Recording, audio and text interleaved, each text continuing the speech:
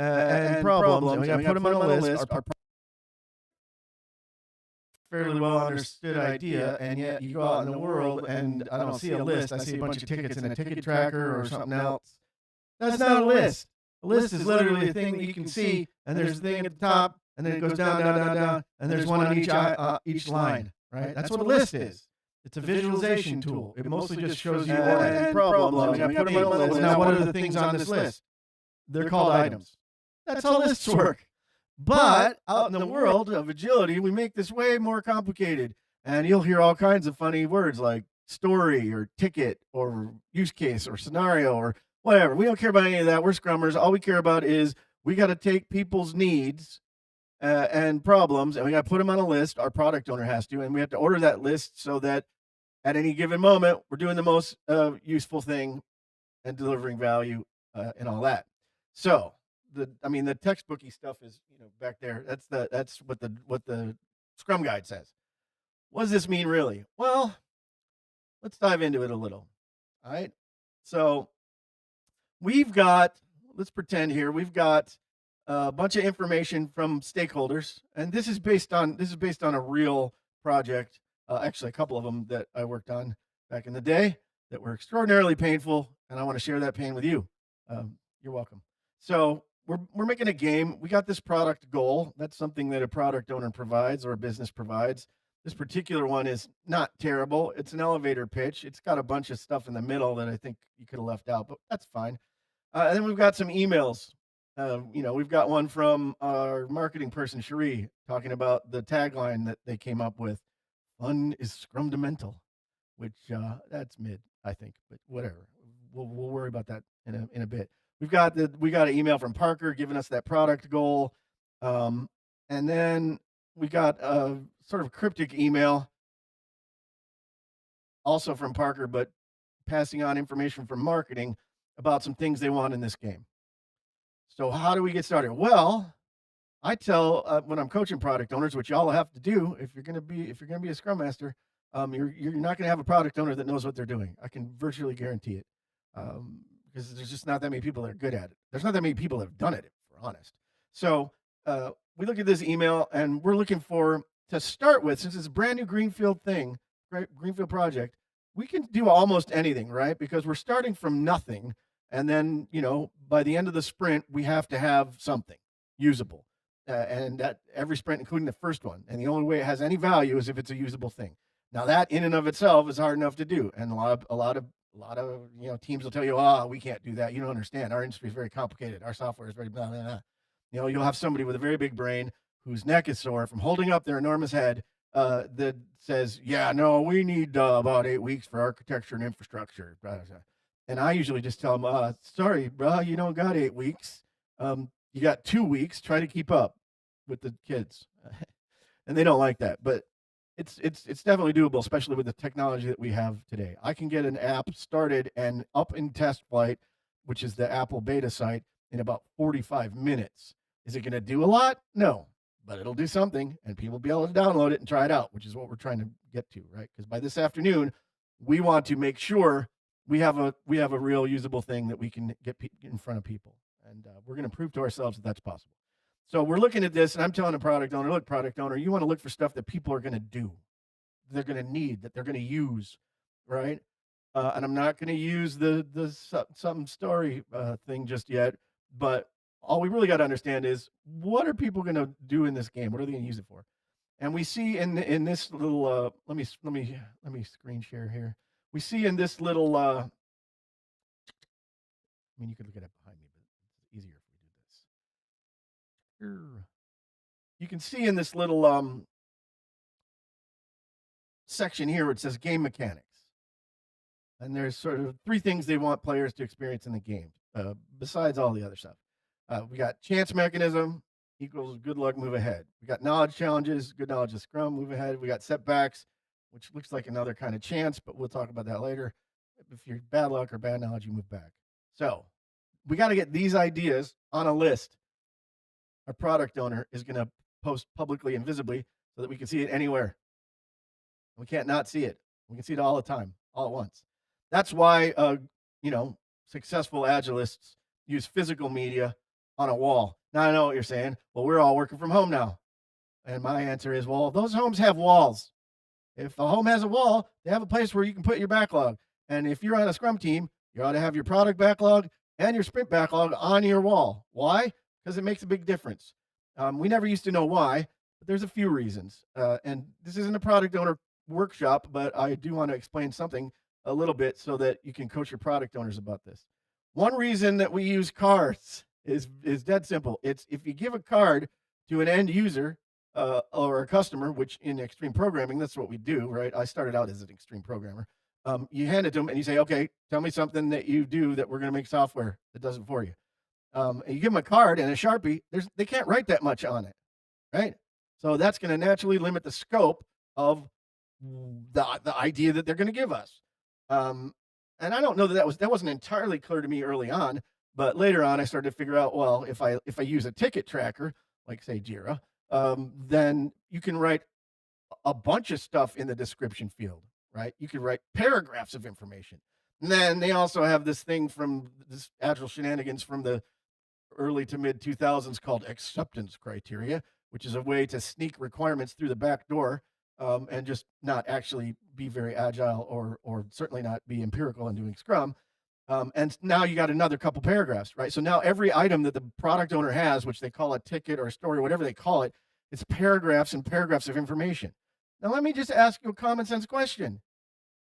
Is a list of multiple paragraphs for each thing, is that still called a list? I don't think so. I think the word for that is book. And if you can write a book about what your team needs to make and be confident that they're going to make the right thing, you should do that. Scrum is dangerous and wasteful. We only do it because we know we're going to make the wrong thing. And so spending all that time up front writing it all down isn't going to help because we've tried. And 3 out of 4 times we still fail. So we're just going to make the wrong thing 2 weeks at a time. We're going to do it by putting ideas on a card. The other thing about this, in this new virtual world that we live in, a lot of people sort of ask me, they're like, you're like really hung up on looks.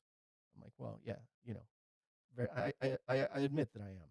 But the reason is because some neuroscientific things that are going on. You look at this card, the you in the front of your head and the prefrontal cortex, no, that's just a picture. It's on a screen. It's not real.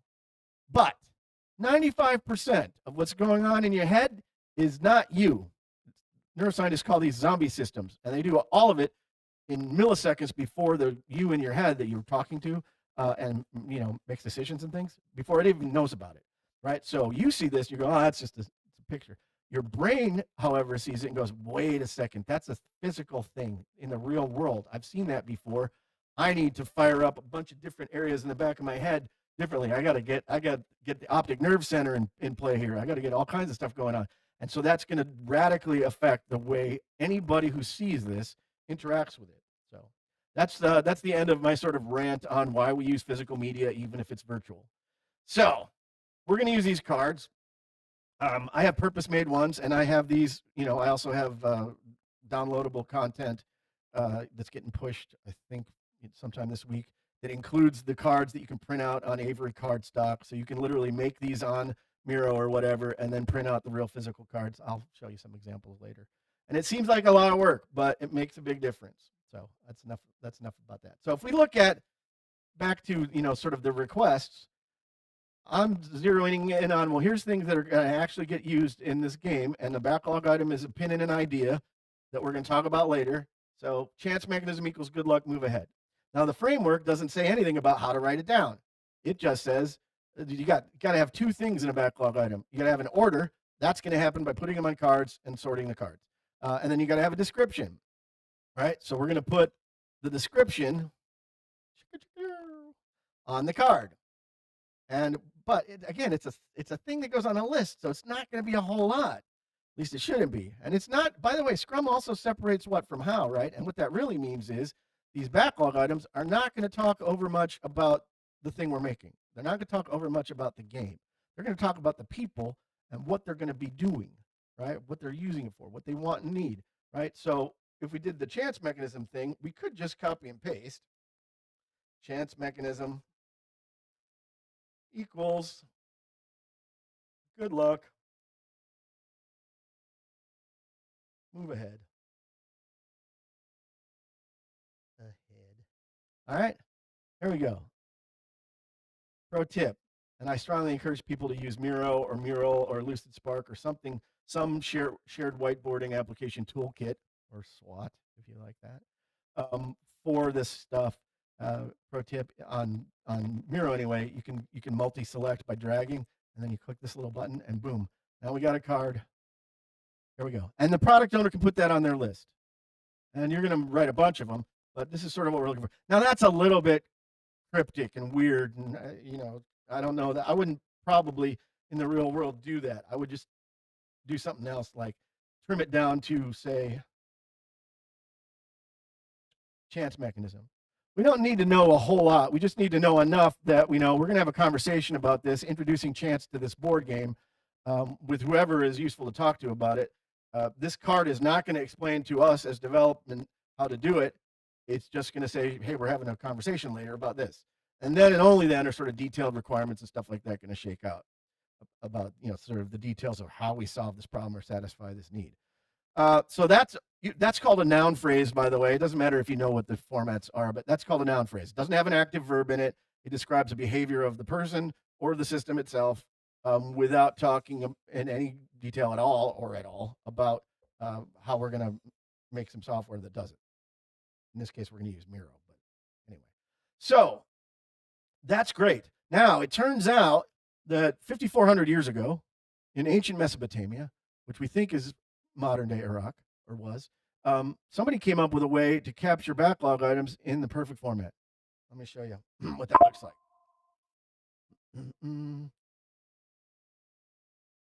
It's called words. You can use them one at a time if you want. Since chance is a pretty well understood idea, I think in a board game, we know what chance is. It introduces randomness for whatever reason. You want that? We can just put chance, boom. And that nobody's going to get confused about this, that this is a requirement. Product backlog items are not requirements. They are pins that we put in ideas so that we can visualize the current and near future priorities of our product owner. That's what a product backlog does. It is not going to show you progress. It is not going to show you everything that's going to end up in your product. It's definitely not going to show you the work. That's going to shake out once it gets into a sprint and somebody tasks out a backlog item. If you wanted to be a little bit clearer, like, most of the time, 80% of stuff on a product owner's backlog is for everybody. So the whole idea of who, what, why, I mean, it's important, but it's not the most important. The most important is just the what part. If, however, the product owner said to us, I don't want anybody to win this knowledge-based game just by chance. I just want for players that don't know as much, I don't want them to get bored. So, we could write it like this: an inexperienced player can catch up by chance. That's called a testable assertion. It looks a little bit like what XPers put on the back of a story card, which is called an acceptance test.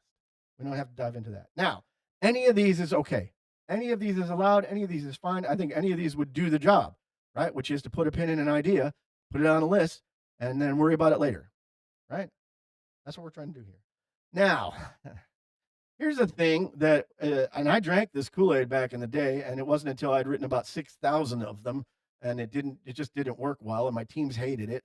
And I think that if you've experienced this, you will experience it out there some more.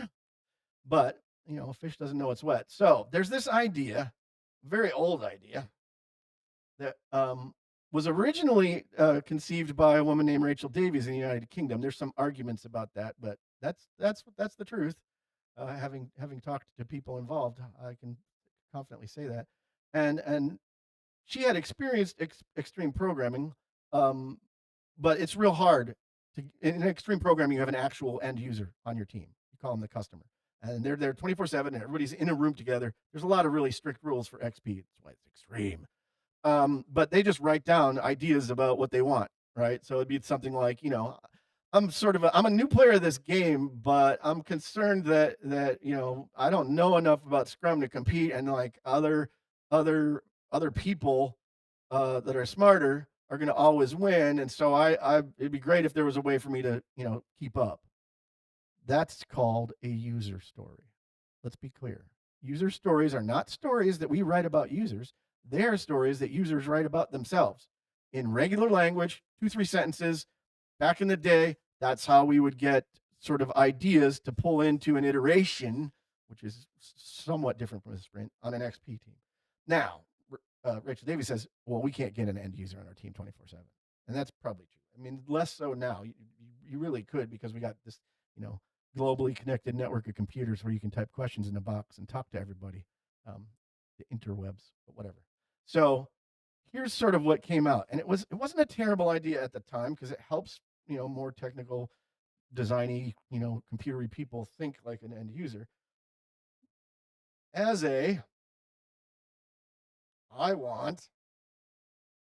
have post-traumatic stress from this. I apologize. So that anybody recognize this? Now, somebody might have told you that this is called a story. Okay, that's meaningless. A story is not a meaningful term to me. They might tell you it's a user story. They're confused. A user story is a story that a user tells about themselves that's a few sentences, and they're on an XP team. This is a story template. At least that's what Rachel called it. It got co-opted and written in a few books by a few people. But let's suspend disbelief. I don't want to be too prescriptive here. Let's pretend this might could work. So, and somebody told us we got to do this to be agile. So let's see. This is telling us who, what, and why. So what do we want? Well, this is what the original ask. So what we want is a chance mechanism.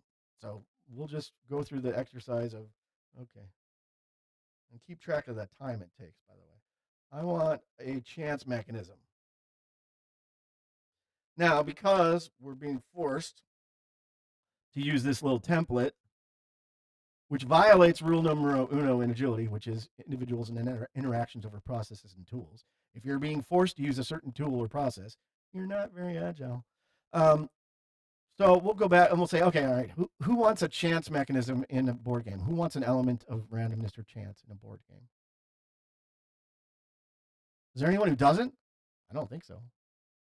So, I mean, we just say, as anyone who ever plays.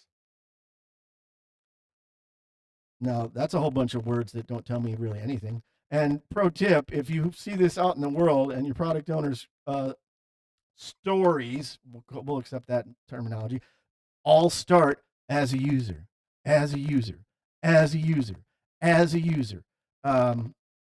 That's not useful information. It tells us nothing. It makes us numb. We get it. Scrum is for making stuff that people use. Okay. Thanks for the tip there, boss. But whatever. Anyone who ever plays, I want a chance mechanism. We're trying to be agile here, and somebody told us that this would do it. We'll see what we think. So, who wants an element of chance in a board game? Everyone, right? That's what we just said. Now, why? Why do people want an element of randomness in a game? What does it do? What's its value?